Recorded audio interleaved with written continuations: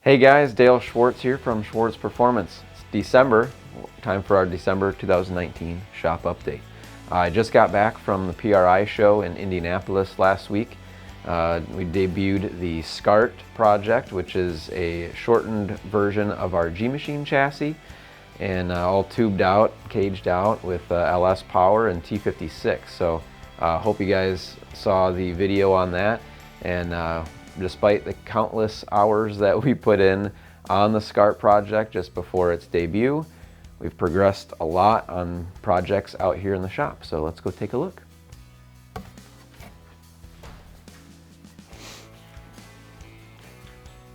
Hello there. I guess you didn't expect to see me. No, I haven't retired yet. This 54 Studebaker, we've got the motor in there, and we just put the dash and are trying to measure for the vintage air unit.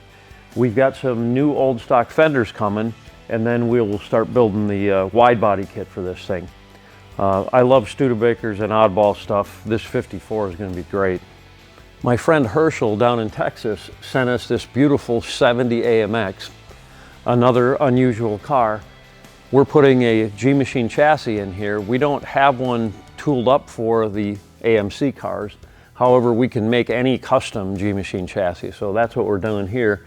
It's basically a modification of our unibody chassis that we've adapted to this 70 AMX.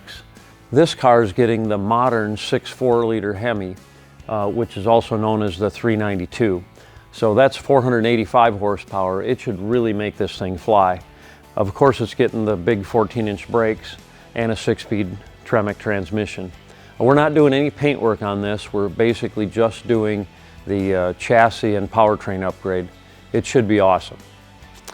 Over here, we've got a new arrival.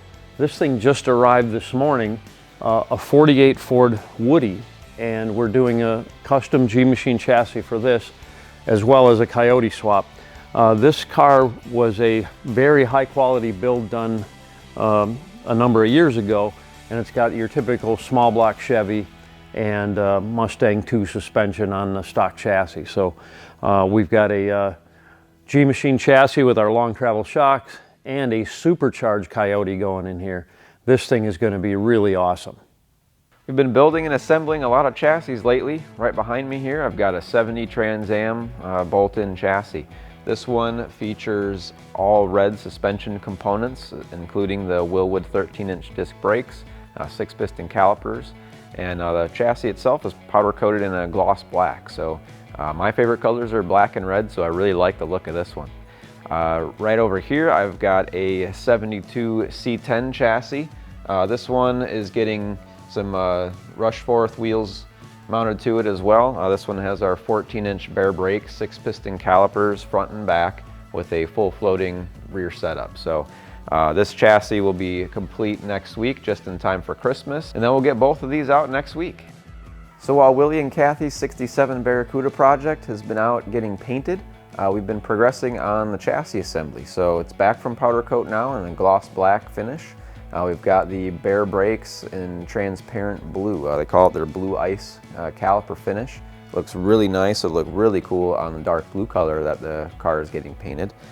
This chassis is actually the first 67 to 76 Mopar A-body chassis that bolts into the car. This is a new product for us, and we've sold a few of them. These are for the 108-inch wheelbase cars. So this one fits into like a Barracuda, a Valiant, and a few other models. So it's a direct bolt-in to the car. There is some cutting and fab required to get it to fit into the car, but all in all, it bolts in versus welding into the car. So a lot less labor intensive than some other options out there. This has Forgeline GT3C wheels on it. These are finished in their Hyper Silver powder coat with a polished lip. So this color combo between the calipers and the wheels is going to look awesome on their 67 Barracuda.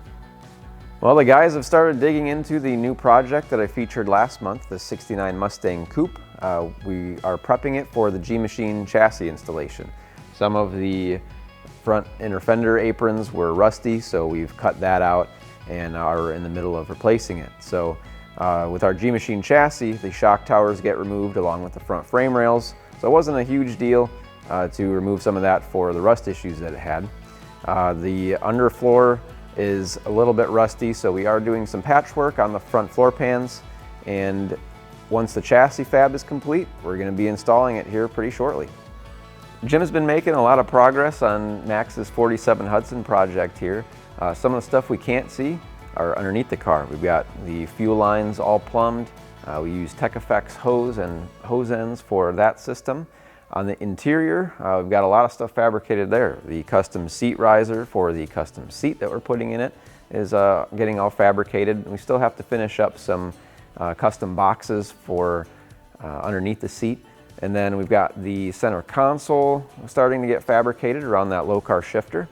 Underneath the dash, we've got the Mopar Performance accelerator pedal mounted to the dash, and we're coming up with some different designs on the gas pedal. So we've still got some stuff to wrap up on the interior, such as the low car hood release system. And then once we get the rest of the interior stuff done, it should be getting pretty close to the paint stage. We've been making a lot of headway on Chris's 63 Chevy II convertible here. We do have the Autorad aluminum radiator support mounted, along with some Heights inner fender panels. So we got all that to work together with our chassis and the body. And we've got the custom firewall supports to the chassis fabricated. So a lot of the front end work is pretty close to being complete.